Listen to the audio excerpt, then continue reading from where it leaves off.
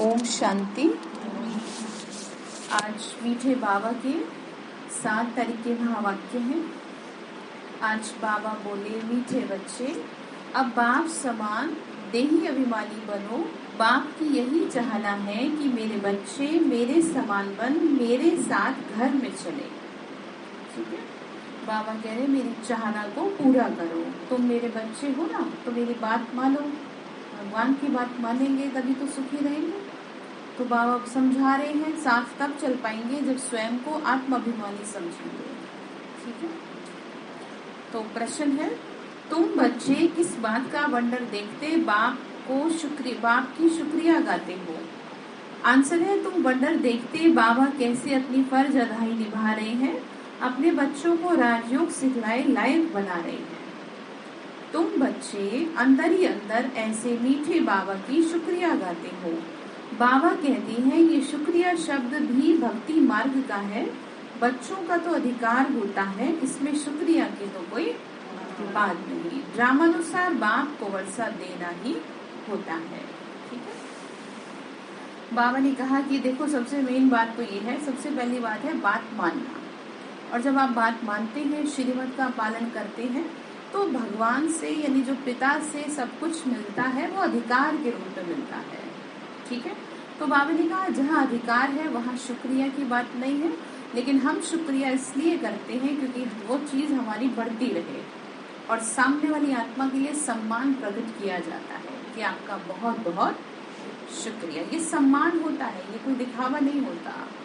तो बाबा भी हम बच्चों को यहाँ पर तो ये समझा रहे हैं कि मैं अपना काम कर रहा हूँ तो अपना करो। जब दोनों अपना अपना काम करेंगे तो स्वर्ग आने में देरी थोड़ी लगेगी। ठीक है, स्वर्ग आने में देरी नहीं लगेगी। भगवान की शरण में आ जाओ, अब थोड़ी रोना होता है, रोते नहीं ऐसे। ठीक है, बाबा के घर में बैठे हो। गीत है, जिसका साथी है भगवान उसको क्या रोकेगा आंधी और तूफान। ठीक है, तो आंधी तूफान यहाँ पर ये वाले नहीं है, यहाँ मन में जो आंधी तूफान आते हैं। ठीक है, मन भाग रहा है, वापस ला रहे हैं, फिर भाग रहा है, फिर वापस ला रहे हैं। तो जब भगवान साथ में बैठा है तो कहाँ भागेगा? ओम शांति। ये गीत बच्चों के लिए है। जिसका साथी सर्वशक्तिवान परमपिता परमात्मा है, उनको माया की आंधी व तूफान क्या कर सकता है? वो आंधी नहीं, माया के तूफान आत्मा की ज्योति को बुझा देते हैं। कैसे बुझ जाती है ज्योत? विकारों की वजह से। ठीक है, माया के तूफान आते हैं। जैसे आप अच्छे भले हो, मन दुखी हो गया तो किसका तूफान आया? माया का। और आत्मा रूपी ज्योति को क्या कर दिया? अभी यहाँ अच्छे भले बैठे हो, अभी किसी का फोन आ जाए आपको और वो आपको कुछ भी बोल रहे, तो आत्मा रूपी ज्योति जगती जगती क्या हो गई? बुझ गई। तो उसे बुझने नहीं देना होता। ठीक है, हर हाल में वो गीत को गुनगुना लिया करो। कौन सा है? निर्बल से लड़ाई बलवानी की। ये कहानी है दिए की और तूफान की। ठीक है, तो तूफान यहाँ वैसे तो आपका क्या बिगाड़ेंगे तूफान, लेकिन जो मन के तूफानों को जीत लेना वो प्रकृति को जीत लेगा। तो अब जगाने वाला साथी मिला है तो माया क्या कर सकती है? नाम ही रखा जाता है महावीर। माया रावण पर विजय पाने वाले। कैसे विजय पानी है? कैसे विजय पानी है ये बाबा सिखा रहे हैं। ठीक है, बड़े बड़े साधु सन्यासी महापुरुष बड़े बड़े महात्मा नहीं समझ पाए इस बात को, तो बाबा ने हम बच्चों को सिखाया कि कैसे आपको विकारों पर विजय पानी है। बाबा बोल रहे हैं, बच्चे सो तो बच्चे सामने बैठे हैं, बाप दादा बैठे हैं। दादे और बाप को पिता और पितामह कहते हैं, तो हो गए बाप दादा। बच्चे जानते हैं कि रूहानी बाप हमारे सामने बैठे हैं। कौन बैठा है? रूहानी बाप, आत्माओं का पिता, सारी सृष्टि का पिता। वो कहाँ बैठा है? आपके सामने बैठा है, भगवान के सामने बैठे हैं। अपने को आत्मा तो निश्चय करें, तभी तो उसकी प्रेजेंस फील होगी, तभी उसकी शक्ति फील होगी। देहाभिमान में बैठे रहेंगे कैसे फील होगा बताओ? मैं किसी की माँ हूँ, मैं किसी का पिता हूँ, मेरा ये संबंध है, तो भगवान को नहीं फील कर पाएंगे, क्योंकि भगवान के लिए कोई माता पिता नहीं है, उसके लिए तो सब उसके बच्चे। तो जब तक स्वयं को परमात्मा का बच्चा नहीं मानोगे ना, उसका प्यार नहीं मिलेगा। उसका प्यार पाना है ना, तो स्वयं को क्या समझ लो? कौन क्या समझ लो बताओ? बच्चा समझ लो। आप उसके बच्चे हो, आप उससे कहो कि मुझे हिम्मत दो, कहोगे तब तो बात बनेगी, नहीं कहोगे तो कैसे पता चलेगा? ठीक है, तो बच्चे जानते ही हैं कि हम उनके सामने बैठे हैं। बाबा ने कहा मैं रूहों से बात करता हूँ, आत्माओं से बात कर रहे हैं। तुम ये आत्माओं सुन रही हो या बाहर हो? बाहर में तो नहीं किसी की बुद्धि, गलती से भी बाहर ना चली जाए। ठीक है, अपनी बुद्धि की लगाम अपने हाथ में रखनी होती है। भगवान साक्षात सामने बैठा है, उसको फील करो, और फील वही कर पाएगा जिसको आत्माभिमानी होने की प्रैक्टिस होगी। इसको ऐसे समझो जैसे कि जो अच्छी आत्माएं होती हैं उनकी फीलिंग किसी किसी को ही आती है, हर किसी को नहीं आती। तो किसी किसी का मतलब समझ गए कि उनके पास विल पावर बहुत है, वो आत्मिक रूप से बहुत मजबूत है आत्मा, तभी वो महसूस कर पा रही है। ठीक, तो बाबा को महसूस करने के लिए क्या करना पड़ेगा भाई जी? तो मैं कौन बैठी हूँ? तो एक सेकंड के लिए देखो खुद को, मस्तक में देखो, मेरे को देखो, खुद से नहीं होता तो मुझे देखो। यहाँ पर मस्तक मणि बिल्कुल जैसे कि एक स्टार चमक रहा है, एक सुंदर ज्योति जग रही है।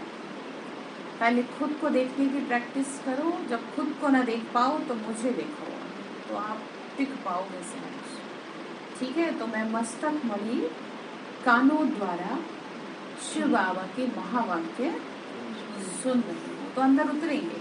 ठीक है, वापस आ जाओ।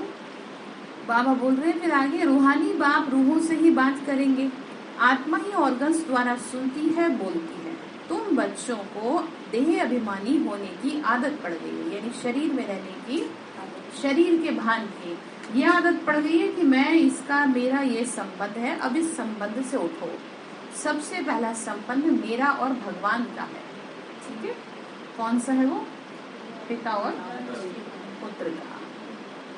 सारी दुनिया के संबंध बात किए, पहले भगवान के संबंध को स्वीकारें तो सारे संबंध ठीक हो जाएंगे।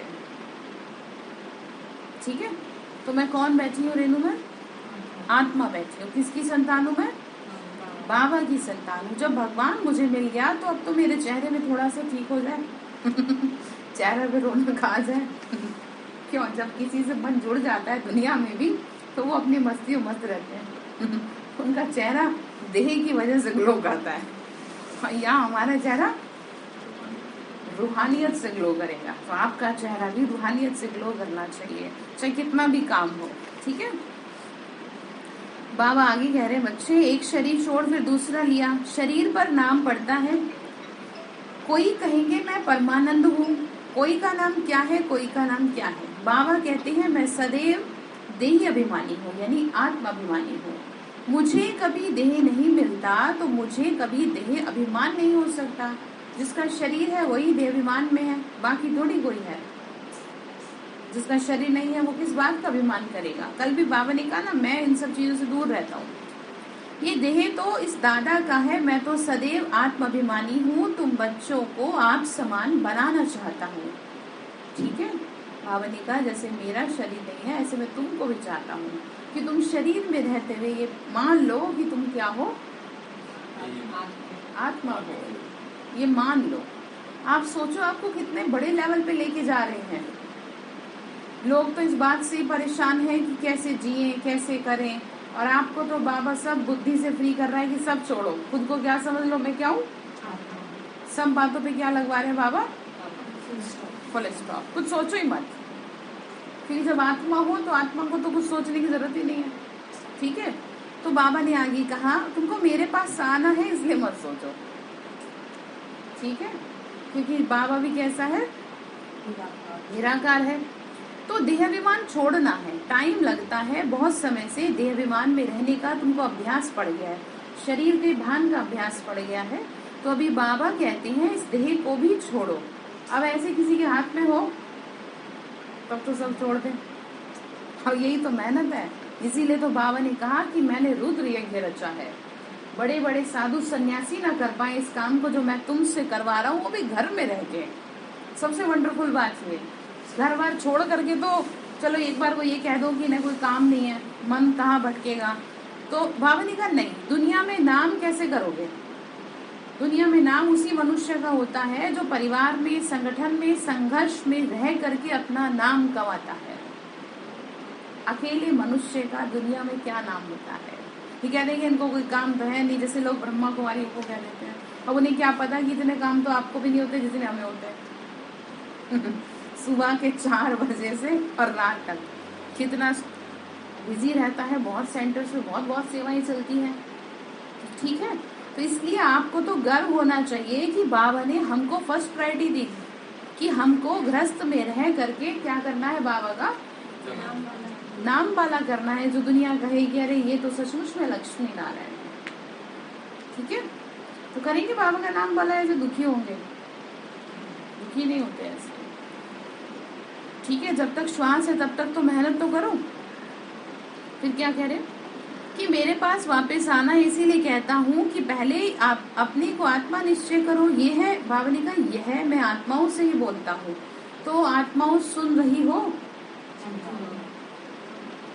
अंदर जा रही है, अंदर उतार रही हो आप। भगवान आपसे बात कर रहे हैं, पवन मैम अंदर उतारो। मैं ज्योति बिंदु आत्माओं से सुनो। हम आत्माओं की सर्विस कर रहे हैं बाबा। आत्मा सुनती है ऑर्गन्स के द्वारा। मैं आत्मा तुमको बाबा का संदेश दे रहा हूँ। आत्मा तो ना मेल है, अपने को ना मेल कहे ना फीमेल कहेगी। मेल फीमेल शरीर पे नाम पड़ता है, ठीक है। वह तो है ही परमात्मा। बाबा के लिए नहीं कहा जा सकता, वो तो मनुष्य आत्माएं हैं कि जो मेल और फीमेल का शरीर धारण करती हैं, ठीक है। बाबा कहते हैं आत्माएं सुनती हो, फिर से बोल सकते हैं, क्वेश्चन मार्क है, सुनती हो। तो आत्मा कहती है हाँ मैं सुनती हूँ। तुम अपने बाप को जानती हो? क्या कह रहे? वो कौन है? सृष्टि का रचयिता है, शिव बाबा है। तो वह सभी आत्माओं का बाप है। जैसे तुम आत्मा हो वैसे ही मैं तुम्हारा पिता हूँ।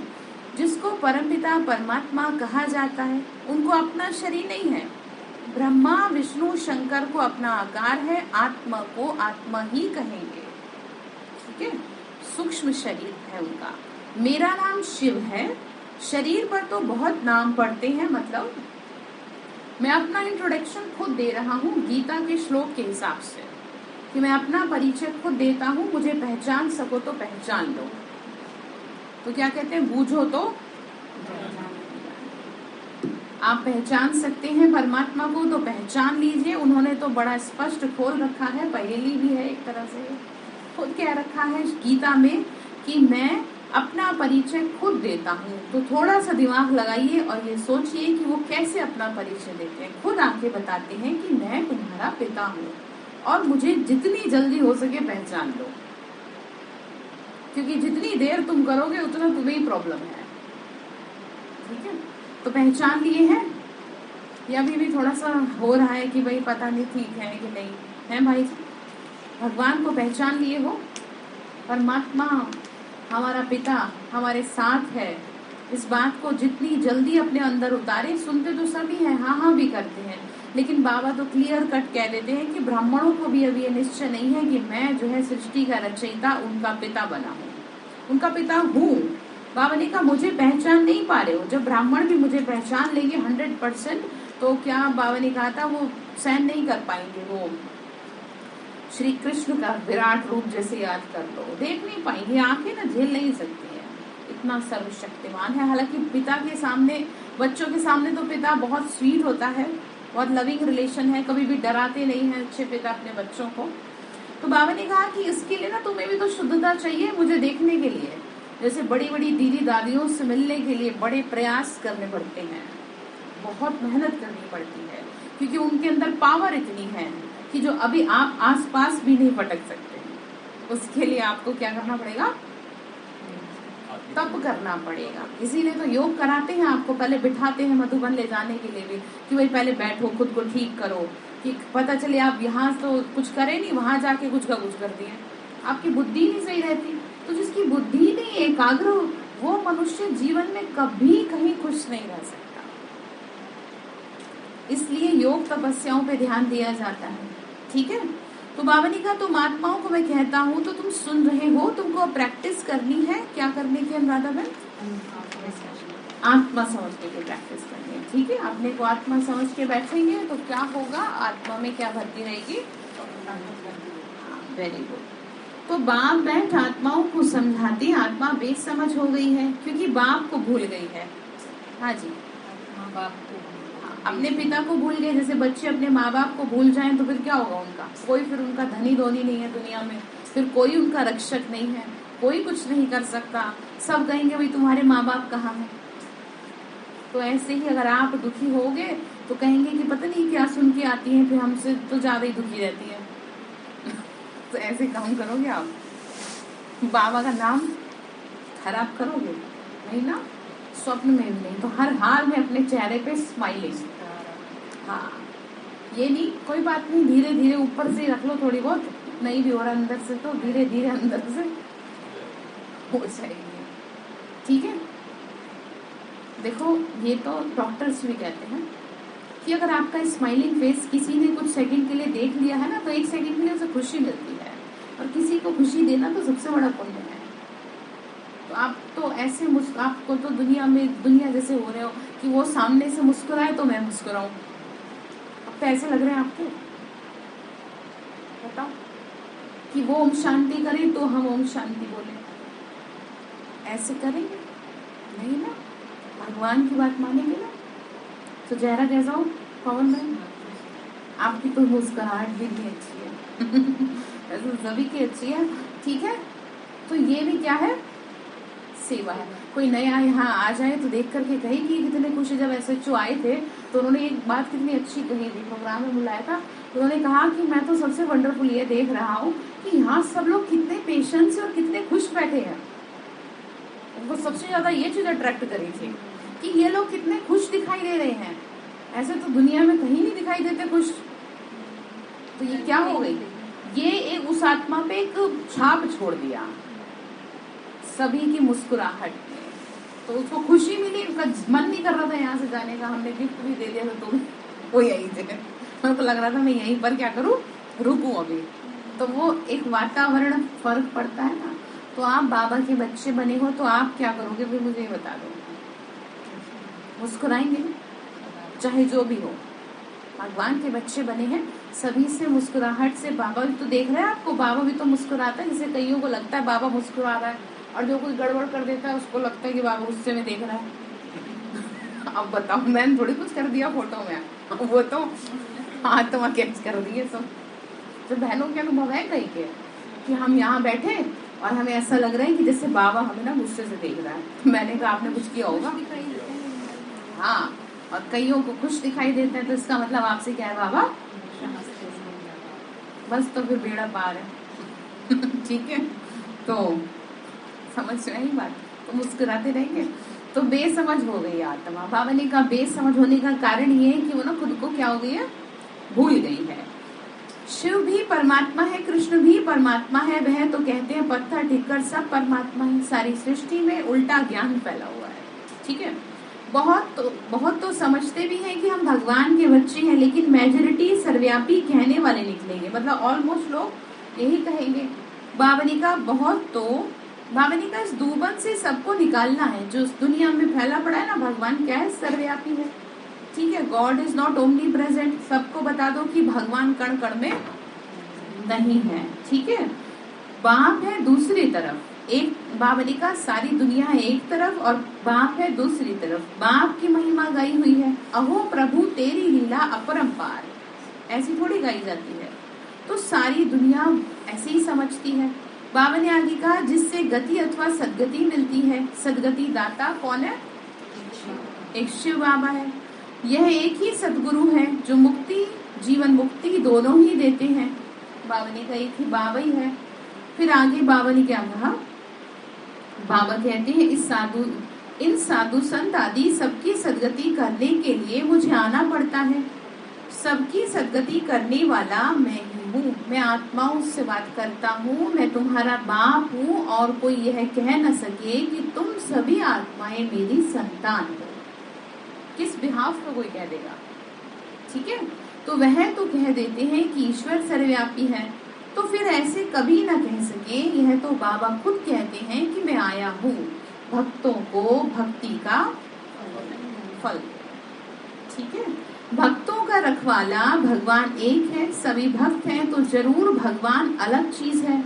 भक्त ही अगर भगवान हो तो उन्हें भगवान को याद करने की जरूरत ही नहीं है। अपनी अपनी भाषा में परमात्मा को कोई क्या कहता है, कोई क्या कहता है, और वो भोला भंडारी किसी को कुछ नहीं कहता दुनिया में, चाहे उसको कोई कुछ कह दे। तो इसीलिए तो भगवान को कहा है, फिर भोले भंडारी के साथ भोला भाला भी कहा है, तो ज्यादा भी भोला नहीं है, साथ में क्या है, तो वो भाला किसके लिए समझ गए ना। तो लेकिन यथार्थ नाम है शिव। कोई किसकी ग्लानि करते हैं, वह डिफेम करते हैं, तो यहाँ पर तो उन पर क्या कर देते हैं, मान हानि का केस करते। तो बाबा फिर सारा एक ही समय में बताएगा कितना बुरा किया बताओ। बाबा ने कहा तुमने मेरा अपमान किया, फिर भी मैंने तुम्हें माफ किया। ऐसे ही नहीं उसको कहा जाता, परोपकारी, सब पे क्या करने वाले, उपकार करने वाले। तो थोड़ा सा ना सीखो, क्या सीखना आपको, जैसे भगवान कर रहा है ऐसे आप भी करो। अब ये मत कहना कि ये पॉसिबल नहीं है गृहस्थ में,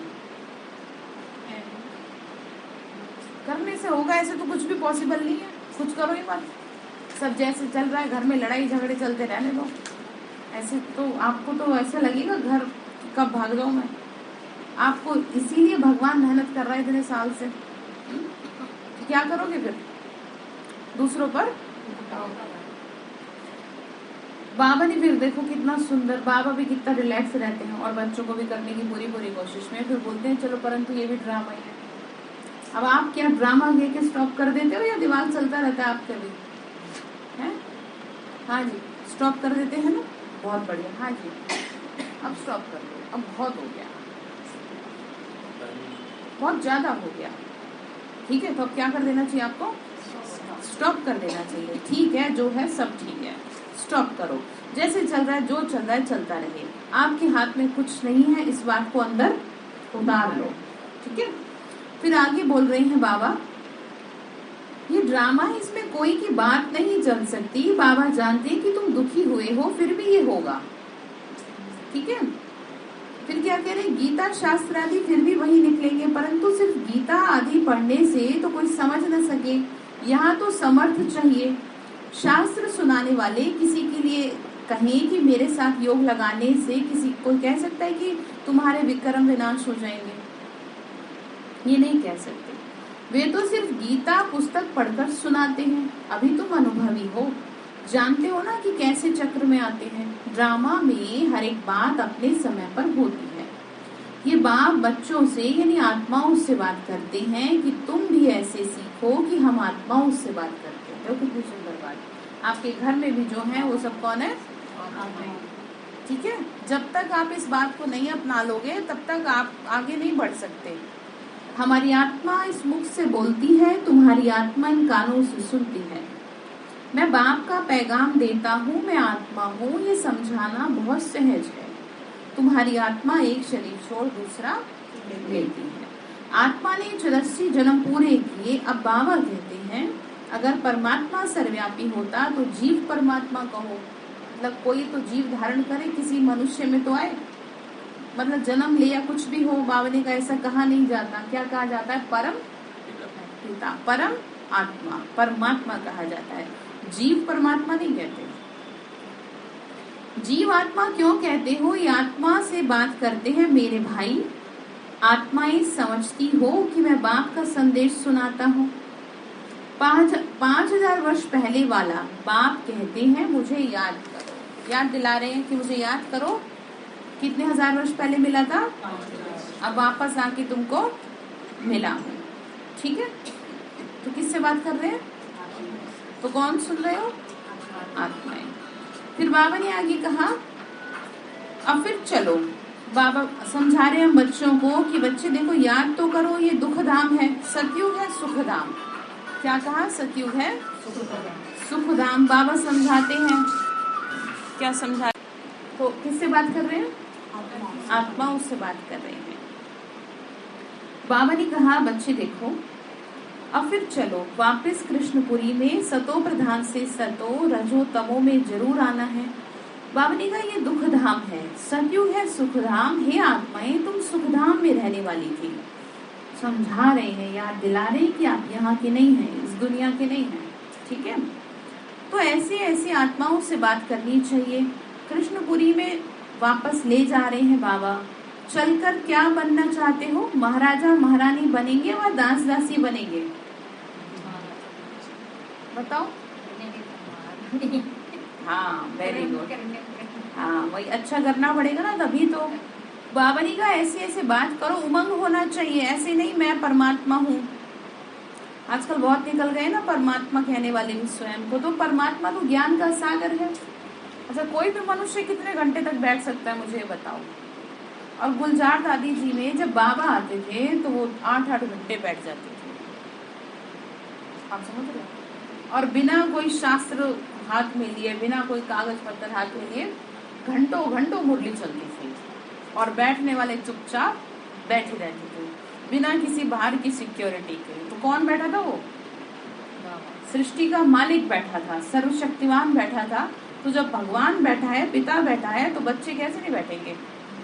इतनी सारी आत्माओं को कंट्रोल करना, 35-40 हजार आत्माओं को मामूली बात है क्या?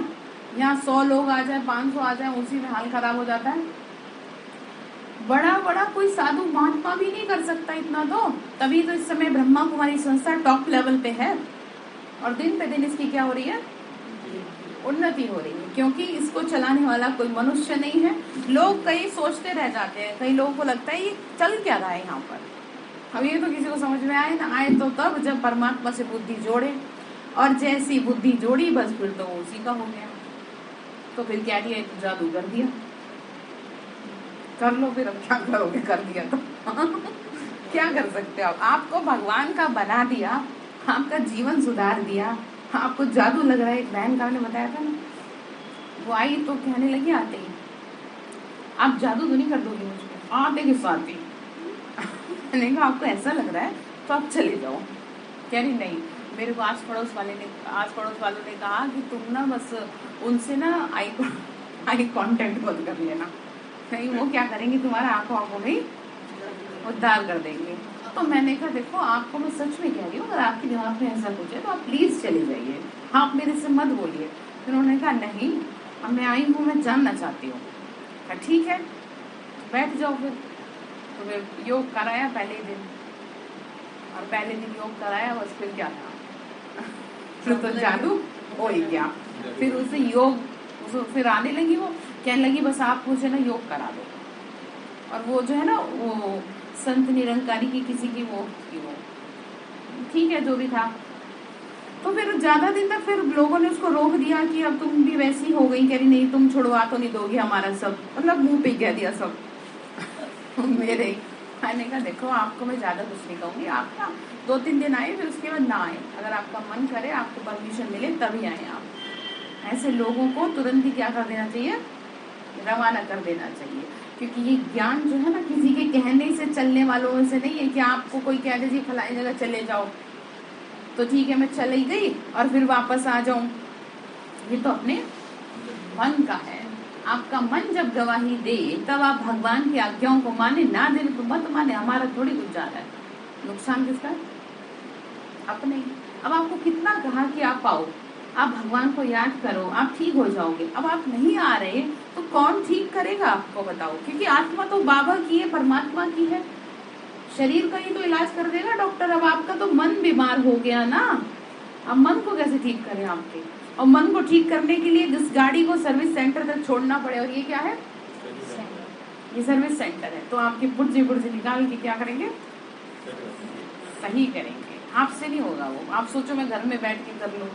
देखो, चाहे पेरेंट्स कितने भी हाईली एजुकेटेड क्यों ना हो, लेकिन बच्चों को फिर भी स्कूल में भेजते हैं, फिर भी कॉलेज में भेजते हैं, क्योंकि जो कॉलेज स्कूल में पढ़ेंगे वो उनको घर में नहीं मिलेगा। तो ठीक इसी तरीके से घर में चाहे जो कुछ सुनो करो, लेकिन जो स्कूल है उसमें तो आना ही होता है। ट्यूशन में जाने का मतलब ये नहीं है कि आप स्कूल ही जाना छोड़ दो। स्कूल से ही तो सर्टिफिकेट मिलेगा कि भैया आपने 10वीं पास कर ली, 12वीं पास कर ली। ट्यूशन वाले थोड़ी दे देंगे आपको। तो बात आपको कुछ समझ में आ रही है या सब ऊपर से जा रही है? आ रही जी। हाँ जी।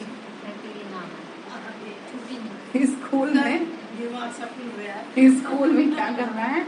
ढंग से आकर के पढ़ना होता है। स्कूल को स्कूल समझे, नानी का घर नहीं है ये, ठीक है। तो स्कूल समझते हैं ना, तो स्कूल में आएंगे तभी तो फिर बाबा आपको क्या देगा, सर्टिफिकेट देगा ना। ट्यूशन में जाने वालों को थोड़ी सर्टिफिकेट मिलेगा। आप कह दो जी मैं तो ट्यूशन में बच्चों को छोड़ के आई हूँ या आया हूँ, वहीं से पढ़ लेंगे, स्कूल नहीं भेजता मैं, तो फिर बच्चे का भविष्य तो 100% खतरे में है। क्योंकि ट्यूशन वाले क्या करेंगे क्या नहीं। तो यहाँ भी ट्यूशन समझ गए आप कौन सा है,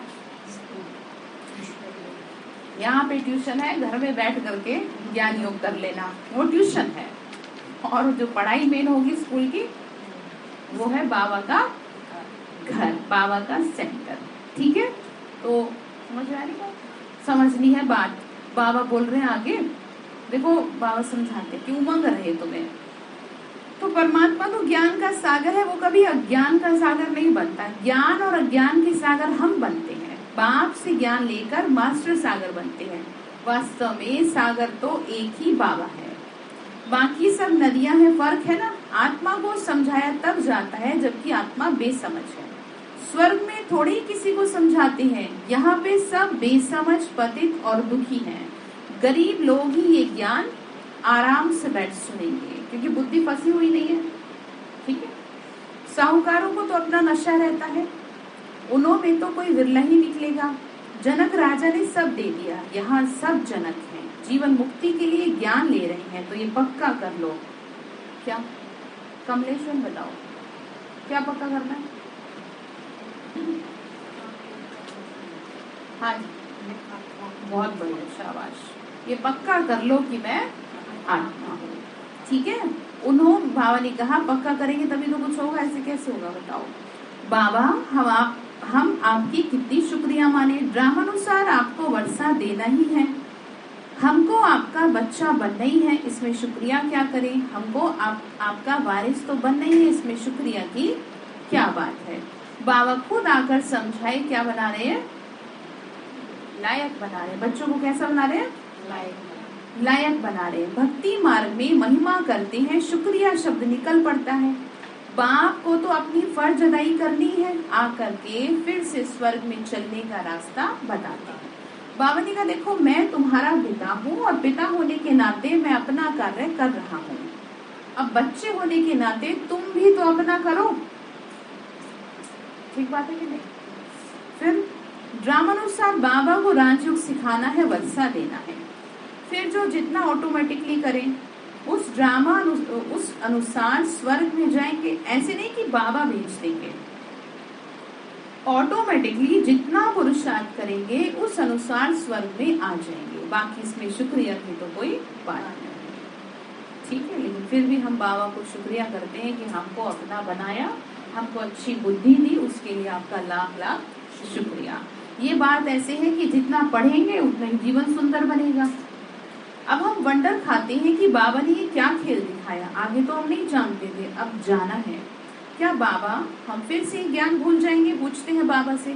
तो बाबा बोले हाँ बच्चे, इसको ऐसे समझिए, आफ्टर डेथ जब तक जन्म नहीं मिल जाता तब तक तो आत्मा को सब याद रहता है, लेकिन जैसे ही जन्म मिल जाता है तो आत्मा सब कुछ भूल जाती है। तो बाबा भी वही कह रहे हैं कि तुम इस जन्म को क्या करोगे, पर आत्मा संस्कार ले जाएगी साथ में, देवताई संस्कार, ठीक है।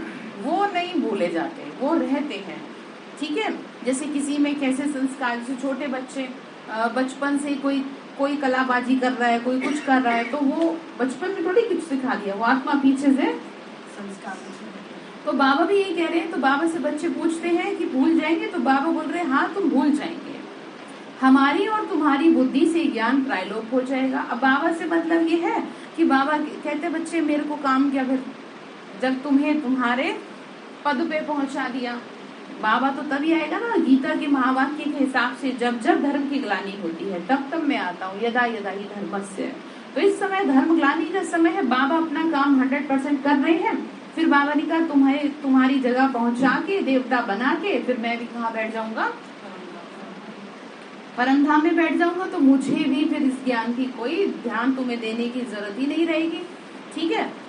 जरूरत तो तब होती है ना जब आत्मा पतित हो जाती है, तो वहां पर तो तुम क्या होंगे, पावन होंगे तो बाबा ने कहा ना मुझे और ना ही तुम्हें, ठीक है। मतलब बाबा ने शब्द किया प्रायलोक हो जाएगा, छिप जाएगा।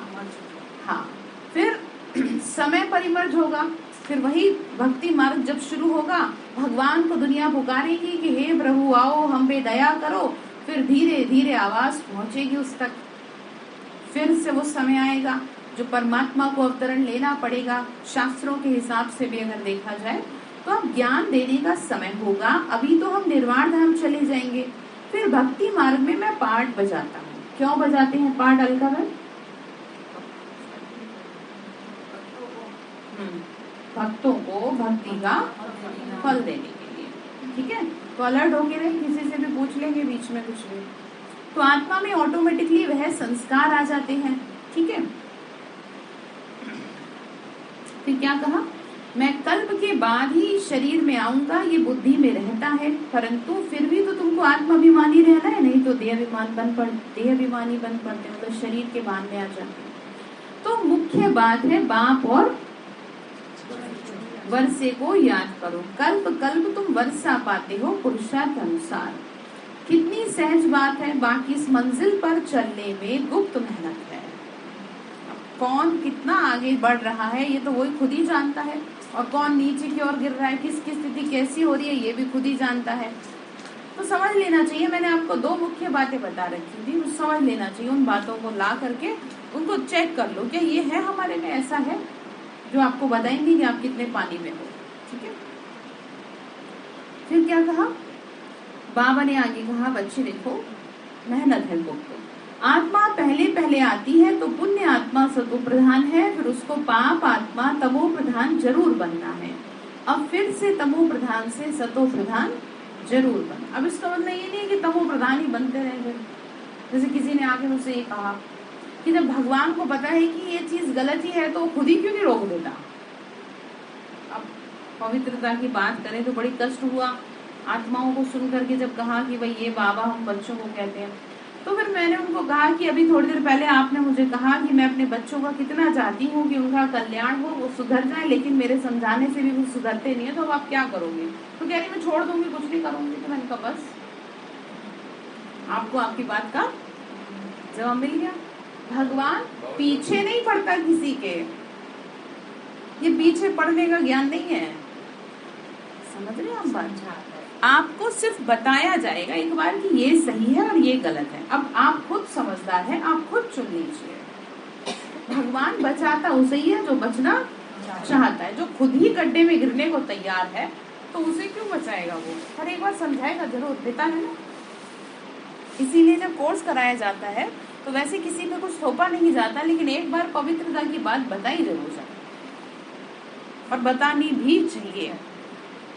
सारी नियम मर्यादाएं कोर्स की लास्ट तक सीढ़ी वाले चित्र में जो लोग कोर्स कराते हैं उनको पता होना चाहिए कि वो लास्ट में धीरे धीरे बता दें, ठीक है, कि भाई ये क्या है, यहाँ का नियम है। तो बात आपको समझ में आ रही है। भगवान है पावन, उसने रास्ता बताया है, भाई तुम भी पावन बनो। अब आप नहीं बनते तो इसमें कोई क्या करे। आप चाहते हो मेरा बच्चा पढ़ ले, अब वो नहीं पढ़ता तो आप कहीं जाके कुछ वो थोड़ी ना कर दोगे, नहीं पढ़ता तो क्या करे आप। तो बाबा भी ऐसी आत्माओं को छोड़ देता है जिनको ये बात नहीं समझ में आती और जो नहीं चाहते, क्योंकि ये जबरदस्ती का ज्ञान नहीं है, ठीक है। ये ज्ञान कैसा है, अपने मन का ज्ञान है, इच्छा से है। आपको अच्छा लगेगा तभी तो आप कर सकते हो, अदरवाइज कैसे करेंगे बताओ। तो बाबा बोल रहे बच्चे तो तुमको भी पुण्य आत्मा बनना ही है। बाबा ने पैगाम दिया है, क्या पैगाम दिया है बाबा ने, कि अपने को आत्मा समझ मुझे याद करो। सारी रचना को बाप से वर्षा मिल रहा है, सबका सदगति दाता वही है, सब पे दया करने वाला वही है, अर्थात सब पर रहम करने वाला। हाँ जी, आप यहीं पर हैं, यहीं चले गए, यहीं पर हो ना, यहीं पे रहो। अर्थात सर्व पर रहम करने वाला, ठीक है। सतयुग में कोई दुख नहीं होगा, बाकी सब आत्माएं शांति धाम में जाके रहती हैं। तुम जान गए हो ना कि अभी कयामत का समय है, दुख का हिसाब किताब चुकतू करना है योग बल से। और ये बात समझ लो, चाहे वो शरीर का दुख हो, चाहे वो संबंधों का दुख हो, कैसे चुप कर ले? योग से। तो बाबा कहते हैं बच्चे इतना तो अब किसी का थोड़ी हम कुछ कर सकते, हम अपने को देखें, हमें तो नहीं हो रहा किसी की प्रोग्रेस से दुख, हमें ये देखना है। वो हमारे पास भी है लेकिन किसी की प्रोग्रेस से दुखी होंगे तो हमारे पास प्रोग्रेस नहीं आएगी। आप तो है ही, तो ये चेक करना है खुद, ठीक है। तो बाबा ने कहा दुख का हिसाब किताब चुप करना है कैसे? योग बल से, ठीक है। संबंधों का हिसाब किताब चुप कैसे करना है सीमा बहन? योग बल से, आत्मिक दृष्टि से।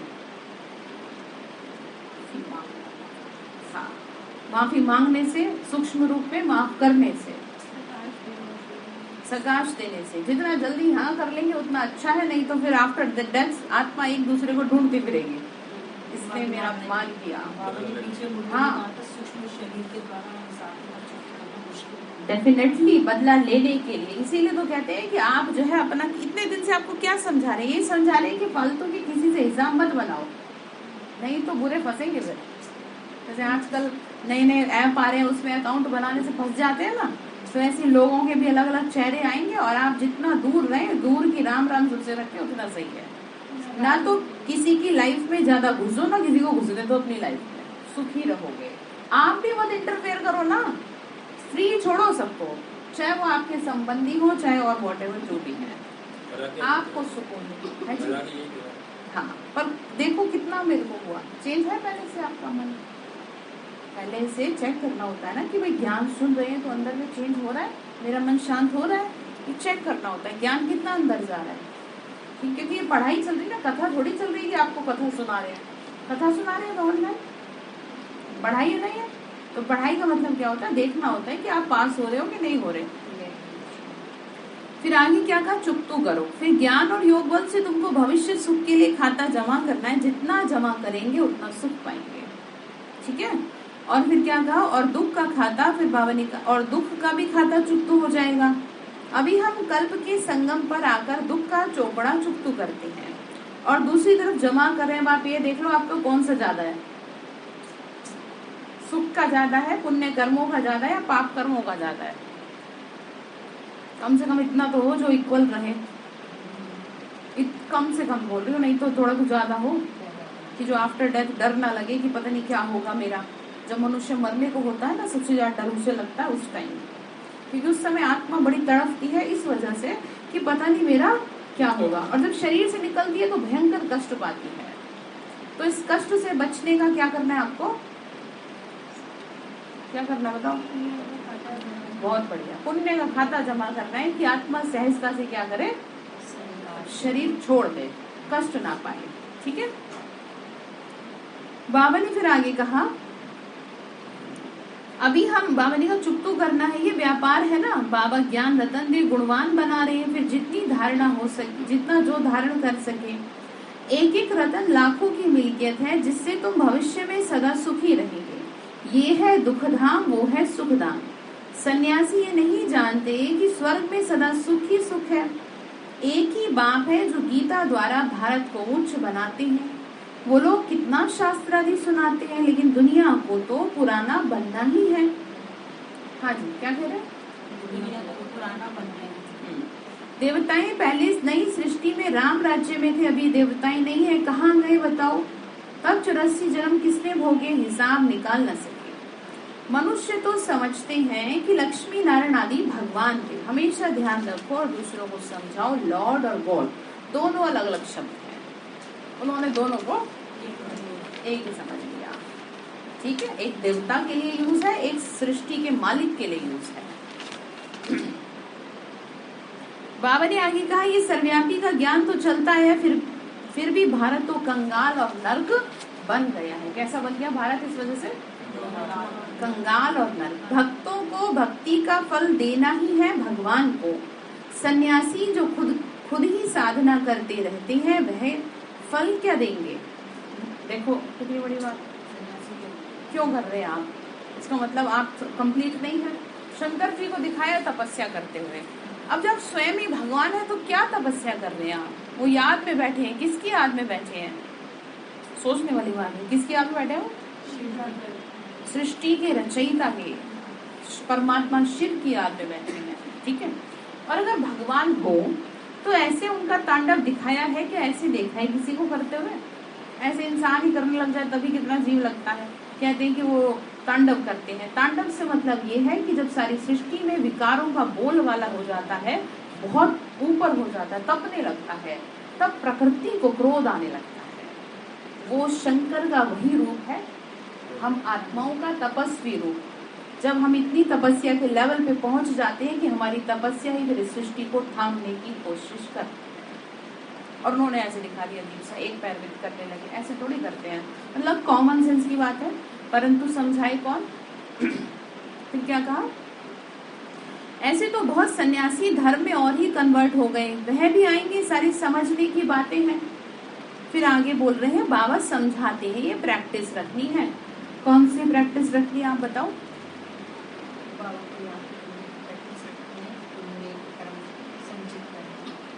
सोनल भाई कौन सी प्रैक्टिस रखनी है? मैं आत्मा समझ लो।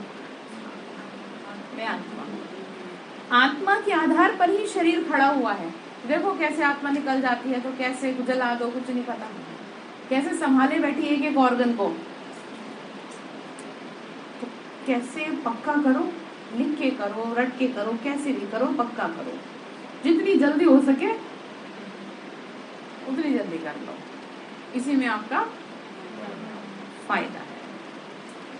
फिर आगे क्या कह रहे हैं कि शरीर तो विनाशी, आत्मा विनाशी है, पार्ट सारा इस छोटी आत्मा में है। बहुत वंडर है, साइंस वाले भी समझ न सके। यह इमॉर्टल, बावने का इमॉर्टल है, इम्पेरिशेबल पार्ट इतनी छोटी आत्मा में है। आत्मा भी अविनाशी है तो पार्ट भी, मतलब कैसा है उसका? मतलब क्या नहीं हो सकता? मतलब जो आत्मा में पार्ट भरा है वो तो क्या करना पड़ेगा? हाँ ठीक है, उसको कोई नहीं नाश कर सकता, उसको तो पूरा करेंगे तभी आत्मा शरीर त्यागेगी। उससे पहले कोई कितना ही जतन कर ले नहीं त्याग सकते, ठीक है। अच्छा, मीठे मीठे सिक्के लदे बच्चों प्रति माता पिता बाप दादा का याद प्यार और गुड मॉर्निंग। रूहानी बाप की रूहानी बच्चों को नमस्ते। हम रूहानी बच्चों की रूहानी माता पिता बाप दादा को नमस्ते। नमस्ते बाबा, शुक्रिया बाबा, शुक्रिया बाबा। धारणा के लिए मुख्य सार है, कल्प के संगम पर योग बल से दुख का चौपड़ा यानी हिसाब किताब चुकतो करना है। कैसे करेंगे? योग बल से नया जमा करना है। नया कौन सा? फालतू का नहीं जमा कर लेना, फालतू में इसे कहते ना, क्यों फालतू में आप किसी से दिमाग मार रहे हैं। तो बाबा भी वही कह रहे हैं कि तुम जो है पुण्य का जमा करो। अब आप ये देख लो कि मेरे पास पुण्य कितने हैं, क्योंकि पुण्यों के बिहाव पे ही आगे का जीवन चलने वाला है। जिसके पास जितने ज्यादा पुण्य है उसकी उतनी ही मौज है अब, क्योंकि अब हिसाब लिया जाएगा। इसको ऐसे समझो कि जैसे कि कोई खराब चीज हटा दी, साफ बची है, वो कितनी बची है, और वो जितनी बची है उसी हिसाब से जीवन चलेगा, ठीक। फिर आगे कह रहे हैं, ज्ञान तत्वों को धारण कर गुणवान बनना है। कैसा बनेंगे? धारण करने पड़ेंगे ना। क्या है हम? आत्माएं हैं, ठीक है। फिर मैं आत्मा हूँ, ठीक है। मैं क्या हूँ? आत्मा हूँ। आत्मा भाई से क्या करता हूँ? बात करता हूँ। सब कौन है? घर में सब कौन है? बाहर में सब कौन है? ऑफिस में सब कौन है? मेरे आस पड़ोस में कौन है? ठीक है। तो मैं कौन हूँ? तो क्या समझ के बात करनी है? बस आत्मा भाई। शरीर क्या है? शरीर विनाशी है, ठीक है। शरीर जो है विनाशी है। मैं अपने भाई आत्मा को संदेश सुना रहा हूँ, ऐसी प्रैक्टिस करनी है। तो वरदान दिया बाबा ने, बहुत सुंदर वरदान है, ध्यान से सुनेंगे और अंदर धारण करें। शुभ भावना और श्रेष्ठ भाव द्वारा सर्व के प्रिय बन विजय माला में पिरोने वाले विजयी भव। शुभ भावना और श्रेष्ठ भाव द्वारा किस में पिरोए जाओगे आप? विजयी माला में, ठीक है। बाबा ने एक्सप्लेन किया, कोई किसी भी भाव से बोले वत चले, लेकिन आप सदा हर एक के प्रति शुभ भाव, श्रेष्ठ भाव धारण करो। इसमें विजयी बनो तो माला में पिरोने के अधिकारी बन जाएंगे, क्योंकि सर्व के प्रिय बनने का साधन है संबंध संपर्क में हर एक आत्मा के प्रति श्रेष्ठ भाव धारण करना। ऐसे श्रेष्ठ भाव वाला सदा सभी को सुख देगा और सुख लेगा। ये भी सेवा है, ये वही कर सकता है जिसकी मनसा स्ट्रॉन्ग है। तथा शुभ भावना मनसा सेवा का श्रेष्ठ साधन है। तो ऐसी सेवा करने वाले विजयी माला के मन के बन जाते हैं। तो करेंगे आप ये सेवा, ठीक है। शुभ भावना रखो, घर में वो आत्मा है ना, उसके लिए क्या रखो, शुभ भावना रखो। स्लोगन है कर्म के योग का अनुभव करना ही कर्मयोगी बनना है, ठीक है। यानी कर्मयोगी बन के कर्म करना है। तो आज के लिए आपका होमवर्क क्या है, आपको ये देखना है कि मैं अभी जो बीच में बताया था ना, चेक करना है, हाँ, पुण्य को चेक करना। Very good. आप देख लो अपने जीवन पे जरा नजर दौड़ा लो अब, हाँ, कि आपके पास इतने पुण्य हैं कि अगर अभी डेथ हो जाए, शरीर आत्मा छोड़ दे तो दुख ना हो, है जी। हाँ, नहीं तकलीफ होगी ना, फिर कष्ट पाएगी, इसलिए, ठीक है। अच्छा, ओम शांति।